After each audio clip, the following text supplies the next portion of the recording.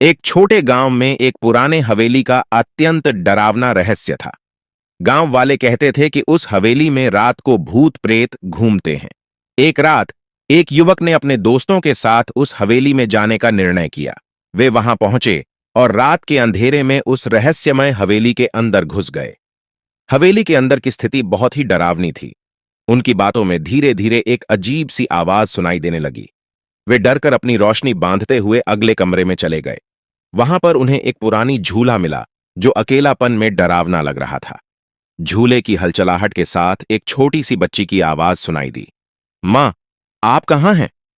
युवकों ने आगे बढ़ाते हुए देखा तो वहां उन्हें एक बच्ची का डरावना चेहरा नजर आया।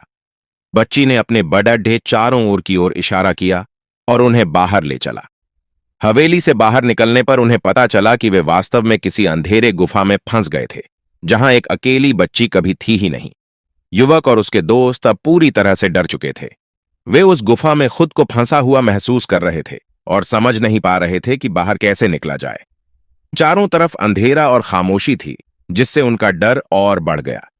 उन्होंने कोशिश की कि अपने मोबाइल फोन की रोशनी से गुफा के रास्ते को ढूंढ सकें, लेकिन मोबाइल की बैटरी भी तेजी से खत्म हो रही थी।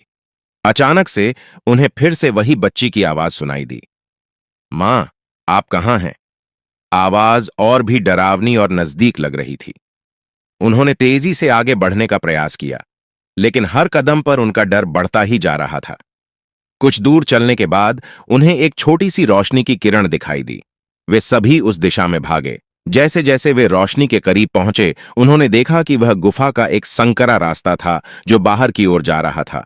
बाहर निकलते ही उन्होंने राहत की सांस ली, पर वे जानते थे कि उस हवेली में कुछ तो ऐसा था जिसे वे समझ नहीं पाए थे। वह रात उनके जीवन की सबसे डरावनी रात बन गई थी और उन्होंने प्रण किया कि वे फिर कभी उस हवेली के पास नहीं जाएंगे।